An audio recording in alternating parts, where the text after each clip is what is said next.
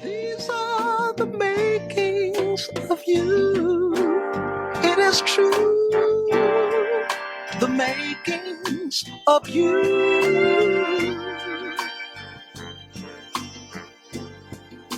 The righteous way to go. Little one would know or believe if I told them so. You're second to none. The love of all mankind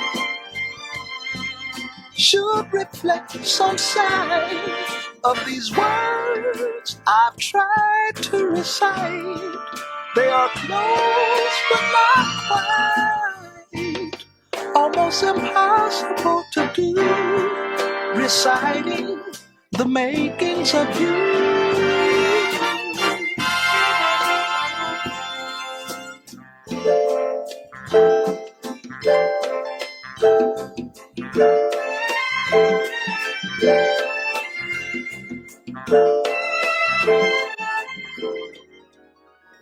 In 1944, a lot of things happened in American history.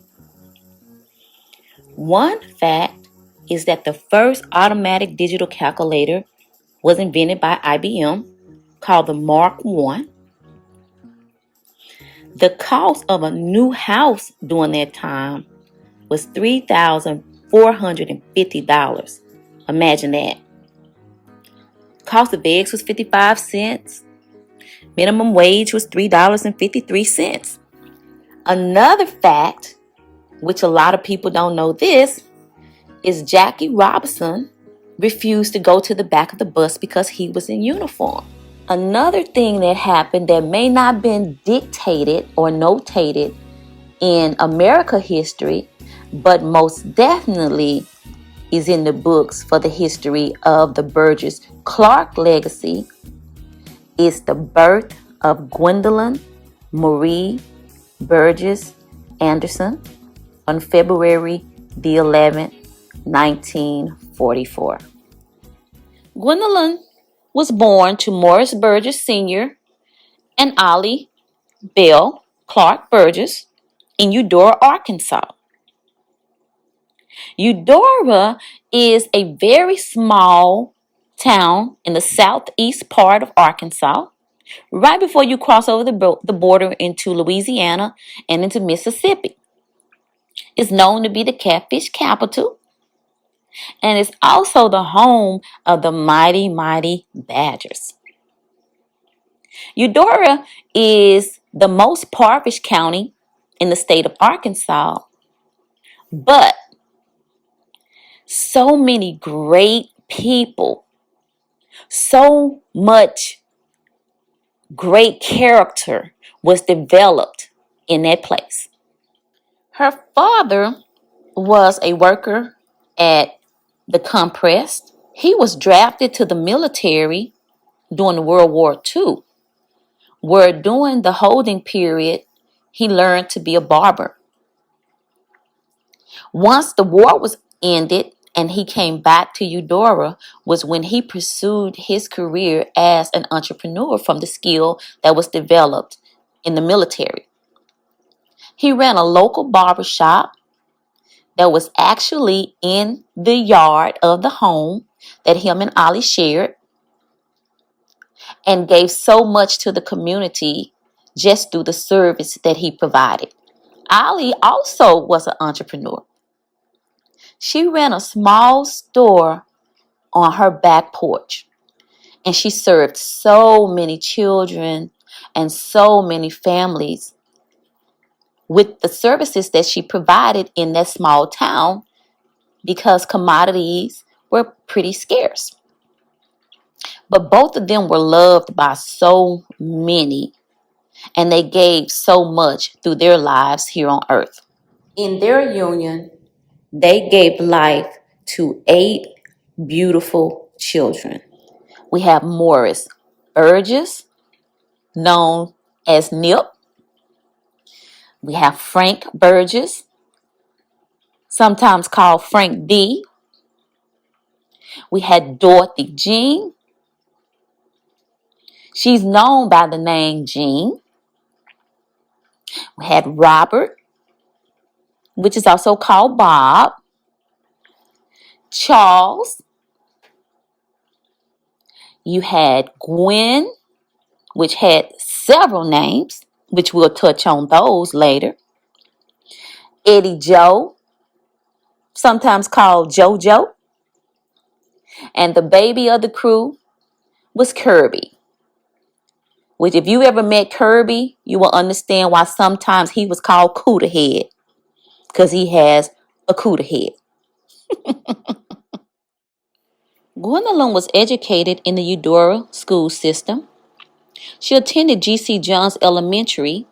She graduated from East High School before it was named Eudora High School in 1962. While in school, Gwen was active there as well. She was a dedicated athlete on the girls' basketball team. She even enjoyed basketball up to the age of 70. After she graduated, she furthered her education and she attended cosmetology school in Pine Bluff, Arkansas. She loved doing hair. If you will ever see her, you will see how much she loved hair because she always kept her hair together. I think the biggest client she probably had was her own daughter's hair, Janine.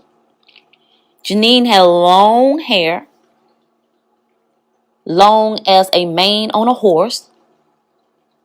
And when Gwen had to do her hair, trust me, it took all day Saturday.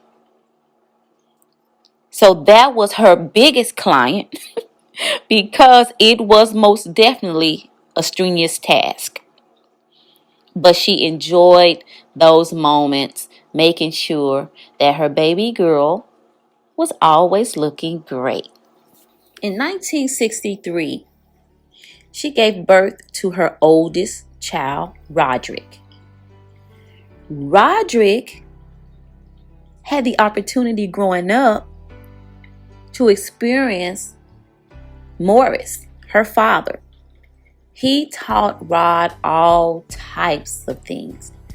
How to paint a house, how to put a roof on the house, how to make sure the walls of the house were clean, how to make sure the outside of the house was clean. All of the things that a young man needed to learn, Rod had the opportunity to experience that through her father, which is Rod's grandfather. I'm sure Rod remembered those days so vividly because to this day, Rod is a great display of an awesome man just through that experience of his childhood, being raised by Gwen and experience her parents in his early childhood. In 1967, Gwen gave birth to her second son, Ryan. Ryan came 4 years later after Rod. And like Rod, Ryan had an opportunity to experience his grandfather, Morris. Now, Morris taught Ryan the same things he taught Rod. But it was apparent that Rod enjoyed all those things. Not so sure about Ryan. Ryan did it because he was a respectful kid. But if you had a conversation with Ryan, that was not his thing. Changing tires and painting every summer and putting new roofs on the house was not what he would prefer to do. But what he can say is those were things that he would always keep and always honor. But Ryan would rather pay somebody to do the job. In 1971, the third child of Gwen Burgess was born, Rory Burgess. Rory was a very special child. If anyone knows Robo, that's what he's known as, and Gwen's relationship was one of a kind. He was known to her as Boonhead. Now, to this day, I'm not for sure if anyone knows exactly what a boon is, but I can guarantee you, if you know Robo, I'm sure he got that name for a reason. Bonehead. Where Bonehead? I talk to Bonehead. My Bonehead. So anytime you heard the word Bonehead, think of Rowboat, because that was her Bonehead. In June of 1973, Gwen married Roosevelt Anderson Jr. In that union, her final two children were born, Janine and Roosevelt III. Now, everyone knows that Janine was the one and only daughter, which in that case, everyone considered in the family to be spoiled. Now, I think Janine would beg to differ. Not so sure if the brothers would or not. But she was most definitely close and very, very, very dear to her mother's heart. They shared moments that no other has shared with her mother. And they kept that strong, strong, strong relationship. Now, Roosevelt III, also known as Fella, was the baby of the bunch. And when I say he was the baby of the bunch, he held that position, and he held that position well. When it came to doing housework, he was the baby. When it came to eating special food or getting a special meal made, he was the baby.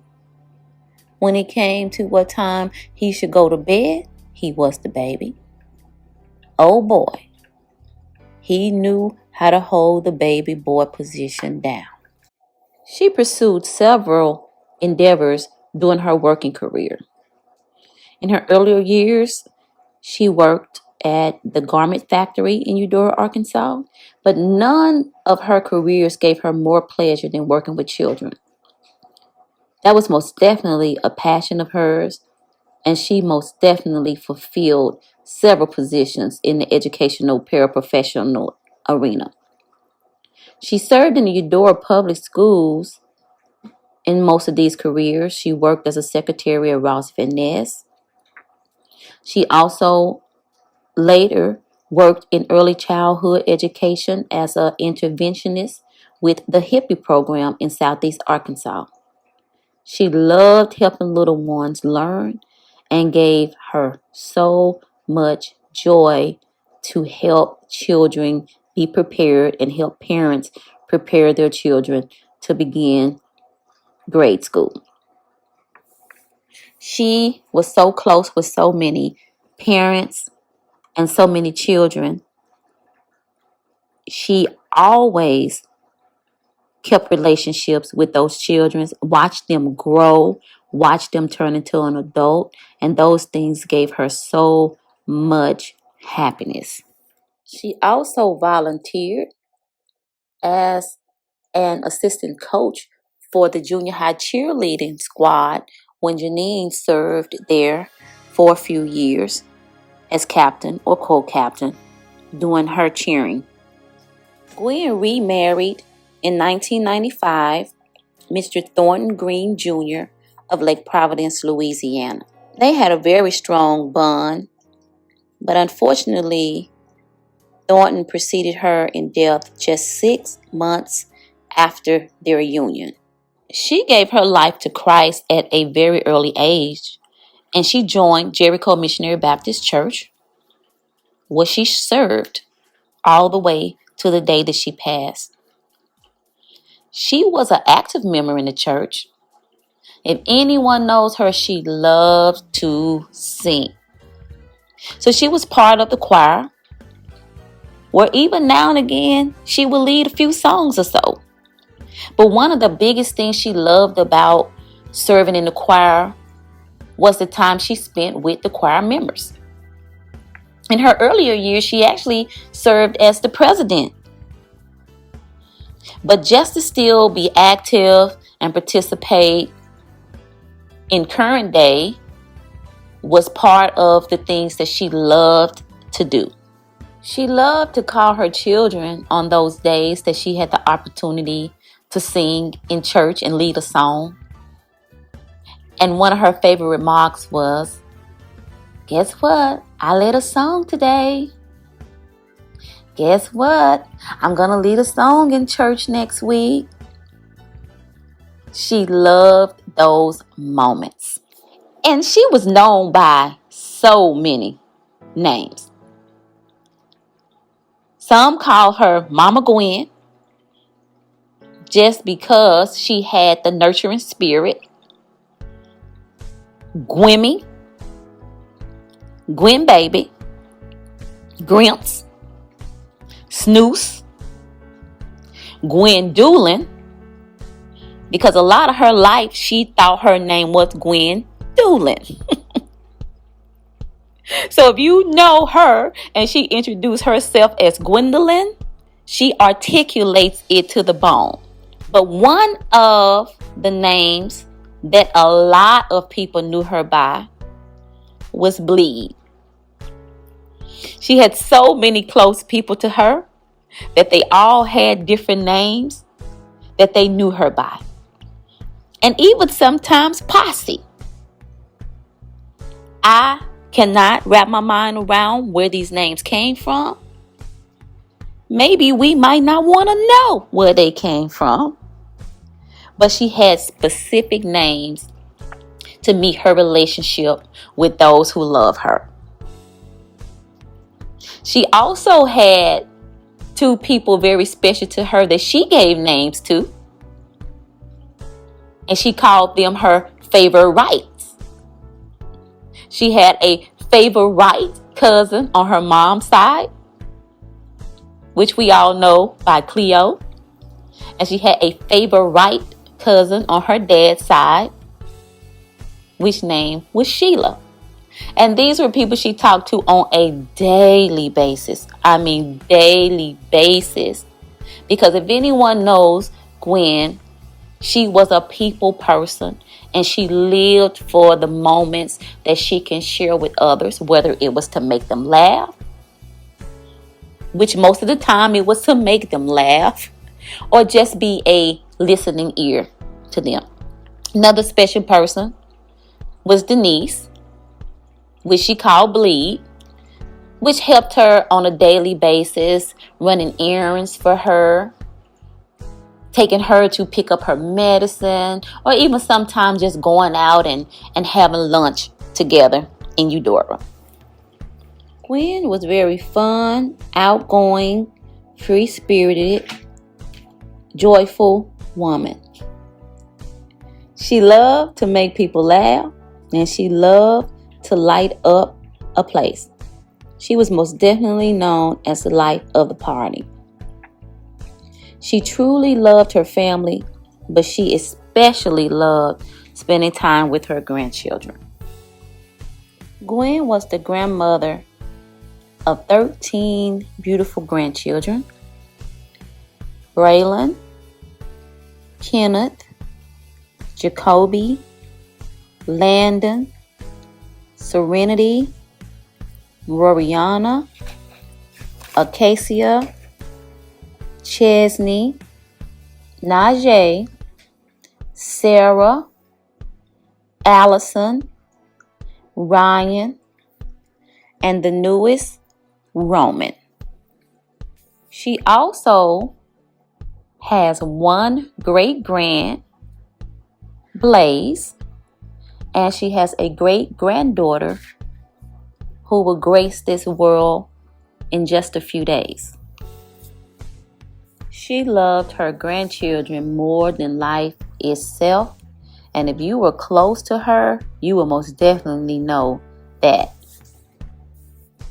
They all were so dear and true and near to her heart, and besides that, they all also had a very, very special place in her heart. The relationship that she held with each and every one of them were unique relationships, and I'm sure that each and every one of them have special memories that only them and she shared together. The siblings that are left behind to remember the most fondest and laughable times is her brother Charles Burgess, and wife June of New Orleans, her brother Robert and his wife Senya of Oak Park, Michigan, her brother Eddie Joe, his wife Gloria, known as Dobie of Eudora, Arkansas, and her youngest brother Kirby Burgess,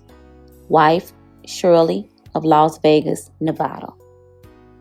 Her children will cherish the many love-filled memories that were provided to them down through the years. Her spirit will live on through them in the memories. She leaves her oldest son, Roderick, and wife, Donna, of Dayton, Ohio, Ryan, wife, Sean, of Maumelle, Arkansas, son, Rory, known as Robo Burgess of Searcy, Arkansas, daughter, Janine, of Raytown, Missouri, and her son, Roosevelt III, known as Fella of Searcy, Arkansas. She leaves a host of nieces and nephews who loved her dearly, which she was known as the funny auntie. The auntie that loved dancing and making them happy and keeping them laughing at all times. She was loved by so many, but as we know, if we measured the love that everyone had for her, we can only imagine the love that God has for her. And now He has called her home to be with Him in her resting place. She was only loaned to us for a short period of time, and now we have to return her back to Him.